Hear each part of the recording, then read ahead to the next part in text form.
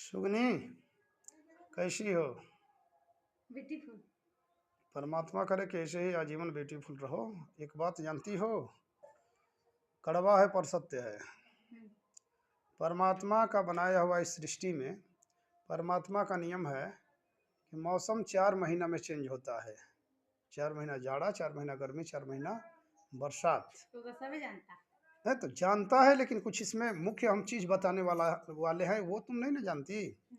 लेकिन विडंबना ये है कि मौसम तो 4 माह में बदलता है, लेकिन आज के